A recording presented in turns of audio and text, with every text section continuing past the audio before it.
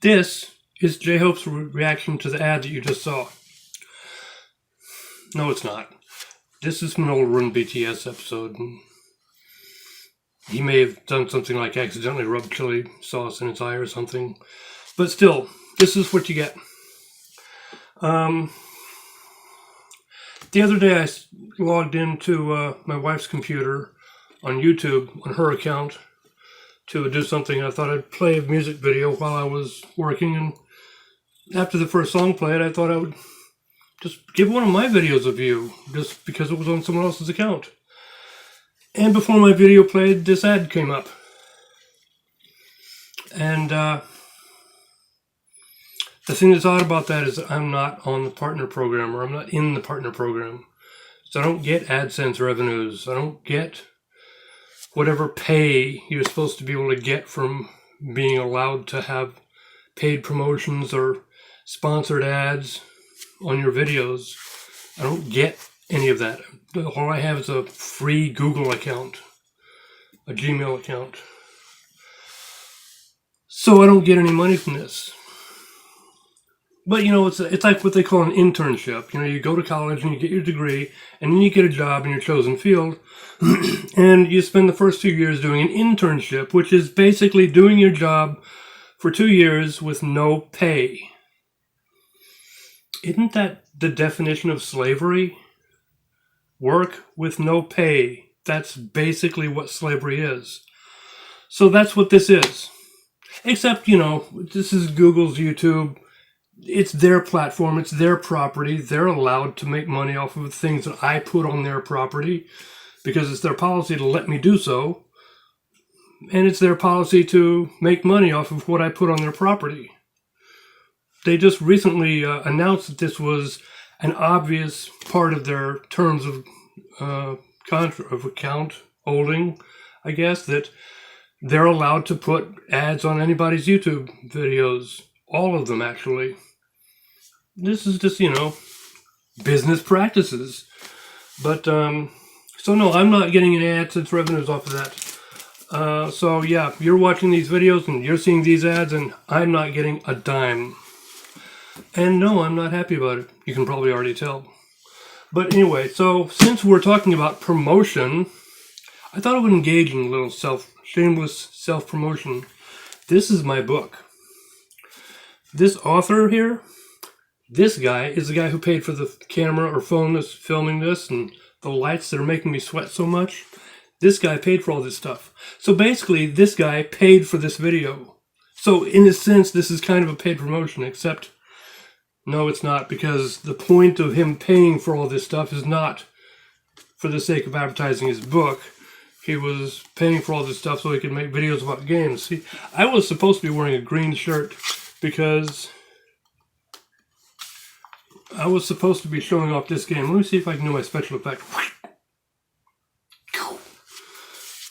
Now, the green shirt I was supposed to wear was supposed to match the torches in the main menu there.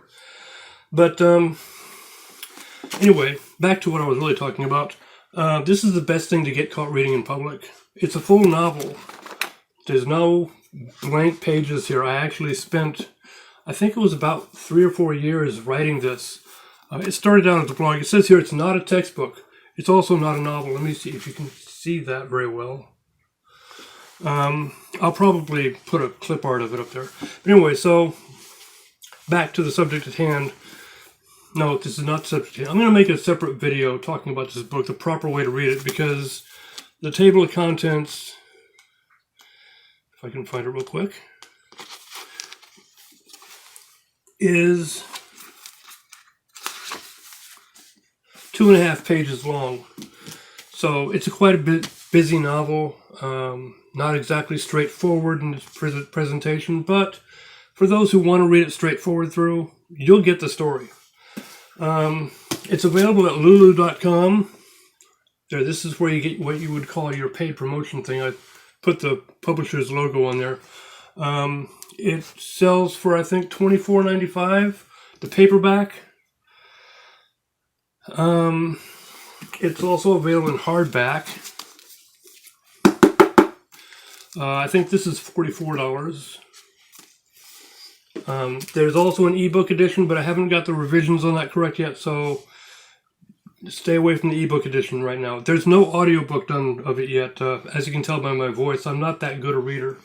If you really want a better example of my reading ability, there's an audiobook version of this production report story on my YouTube channel that it's reasonably competent reading, but I've mispronounced a couple of syllables all the way through the novel, so it's a bit rough. And I critiqued it. I plan on redoing it once I get better at this. But anyway, not back to this subject at hand. Back to the next subject at hand, my novella. Since we're engaging in shameless self-promotion here, I may as well just talk about everything I've ever done. I've got your rapt attention, don't I? No, actually, let's talk more about sponsored ads. I have been developing quite a reputation for trolling sponsored ads on Facebook. In fact, I have a video of Lava Soap trollings where I make fun of Lava Soap on their ads repeatedly. And I made a video of showing off several of those, and they were rather inventive and sometimes kind of disturbing. But I get a lot of flack for that. Also, I did a video called Sponsored Ads Commentary where I played a game called Coffee Addict. And I said, don't be like this guy. Let me show a picture of him. Don't be like this guy. But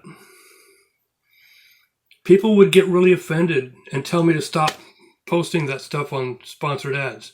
Meanwhile, things like this get left alone and ignored. Things like this get regarded as normal and expected treatment. So why so much rampant offense at somebody who's not being insulting or offending, but letting people who are being insulting and offending, let them get their free speech? I also wanted to talk about problems with YouTube and Spotify, specifically Susan. What's your monster name, Susan? And Daniel, CEO of Spotify, I think, talking about looping views.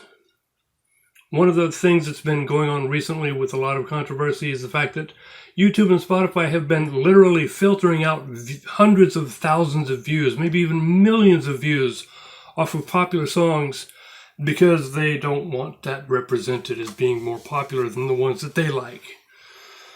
And one of the defenses they post for that is that nobody listens to music like that. Like what? Like listening to a song over and over and over again because you like it? Look at the color of my hair.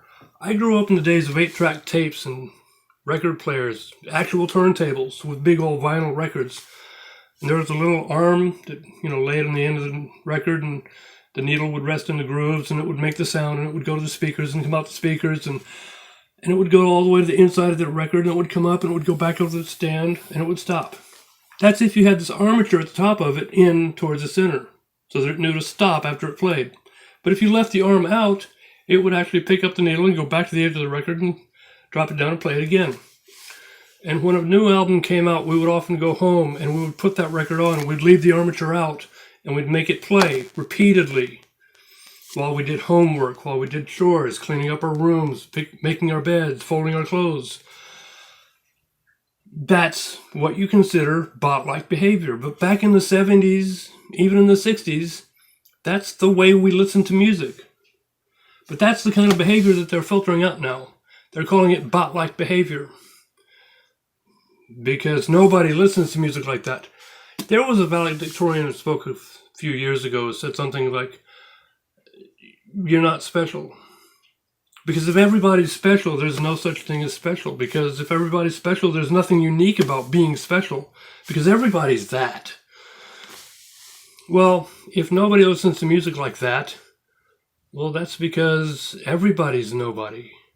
Because if nobody's a nobody, then everybody's a nobody. Because everybody listens to music like that. Everyone who likes music listens to it repeatedly. Why is this so hard to understand? Yes, we're all bot-like. Humans are bot-like. That's why they designed bot-like behaviors to model them after humans. Because we do that. But enough about that. You wanted me to continue talking about my book, my novella. And This was actually written back in 1989. I spent the next 4 years trying to figure out how to rewrite it, and I put all the notebooks of attempting to rewrite it in here, along with a bunch of short stories from Mangled Doves, my first book. And it's also available at lulu.com. There's a hardback edition of this for $798. It's called the EpiPen edition, because if I ever need to buy an EpiPen, if you buy this book, I'd be able to afford one. But if you don't buy that book, the person who has that allergy will die, because I couldn't afford an EpiPen. But the paperback is only $20. So $19.99. Don't get all freaked out if you can't afford the hardback. Paperback is only $19.99. Then there's a collection of my poetry, Verses for the Vixen and Other Poems. This is only $9.99. I don't remember if I put out a hardback edition of this or not, because it's kind of short. I figured, why bother? So yes, there's a paperback edition of this for $9.99. Includes poems from Mangled Doves, Apparently Study Particle Physics. Yes, this book, there's poetry in this book. A small amount. And of course, the unfinished drafts of the River of Silence notebooks. Poem series or cycle that I came up with back in '92. Been working on it ever since, never quite finished it. I put together the draft verses of it and put it in this book. So this has also the River of Silence notebooks. But yes, Verses for the Vixen and Other Poems. This is also available at lulu.com. I'll put links in the description below for my books, because if we're engaging in shameless self-promotion, then I might as well make it possible for you to do what I want you to do. And yes, I had the production report stories also on my publisher's storefront. I priced this at cost because basically this is a fanfic, which means I can't really copyright it, so I just published it as Creative Commons at cost, so I make zero profit from it, which means that therefore it is not a plagiarism thing. I claim fair use. Everything is vastly changed, but there's so many pop culture references in here that, and I've mentioned that in the introduction, that I didn't quite know how to approach copywriting it. So I said, you know what, just print it in a book. At least it's available. So yes, there's also the hardback edition of Appearing to Study Particle Physics, with copious notes in the dust jacket sleeve. And see, yes, a real book, name on the spine and everything, and same book on the inside. Now I gotta put my dust jacket back on. Gotta protect these things, you know. But what else do I want to talk about? Aside from mocking lava soap trolling and Facebook ads and stuff like that. My favorite snack of all time, moon pies. Banana moon pies. The big old double-decker. 2 layers of marshmallow cream. It just doesn't get any better than this. Drop your favorite snack in the comments, because I have a feeling lots of people are going to be watching this. But yes, if you want to, buy me moon pies. Lots and lots of banana moon pies. Is that all I got to say? I think so. I think I'm done. Yes, so be mad at Susan and Daniel,